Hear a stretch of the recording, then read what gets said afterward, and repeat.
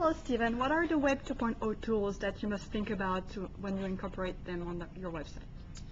So there are a number of tools, but first I think what we recommend is that people use freely available stuff, freely available web tools, and test in those environments. So what do I mean by that? So for example, before incorporating kind of social networking tools into your website, before going through all of the effort of building like an online community within your own web presence, what we recommend is begin to test using some of the freely available tools. And so what might some of those tools be?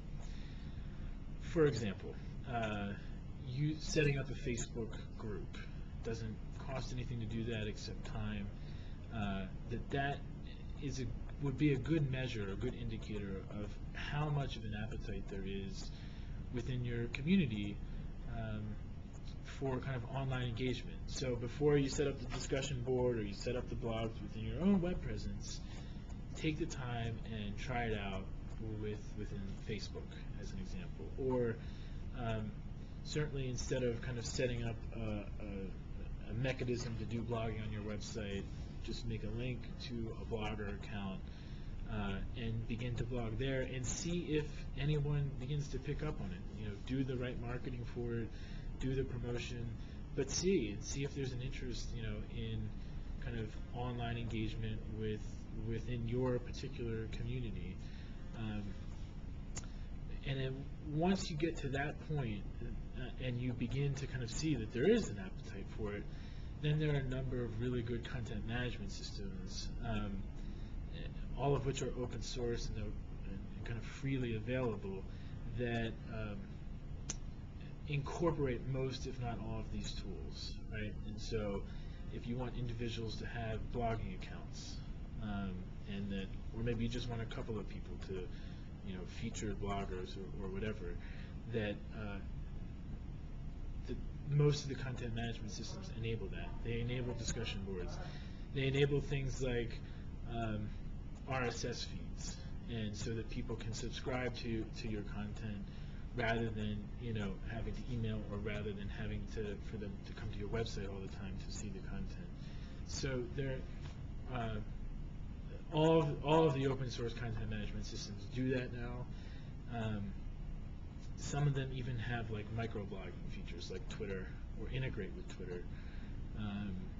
And there are a number of organizations that are using Twitter to kind of keep in contact with their donors, or keep in contact with their constituents in a way that they couldn't before. And so it's a much different frame than email, for example. The most nonprofits, the monthly email newsletter with contact. You know, the fact is that if you look at open rates of emails, most organizations have like a 30% open rate. So that means less than a third of people are actually even opening our email, not to mention clicking through on what's there in the email. And so we've got to find some different ways to reach out and connect with people. And so something like microblogging or something like Twitter is a great way to kind of keep in contact with at least a subset of the constituency that's interested in kind of being updated about what's happening with the organization and the activities in that way.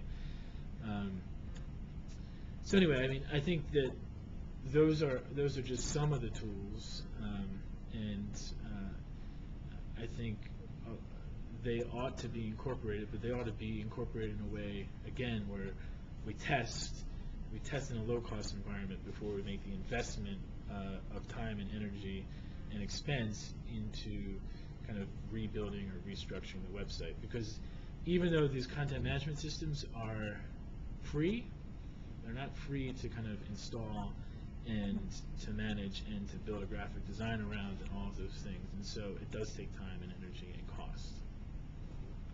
Great, thanks. Yeah.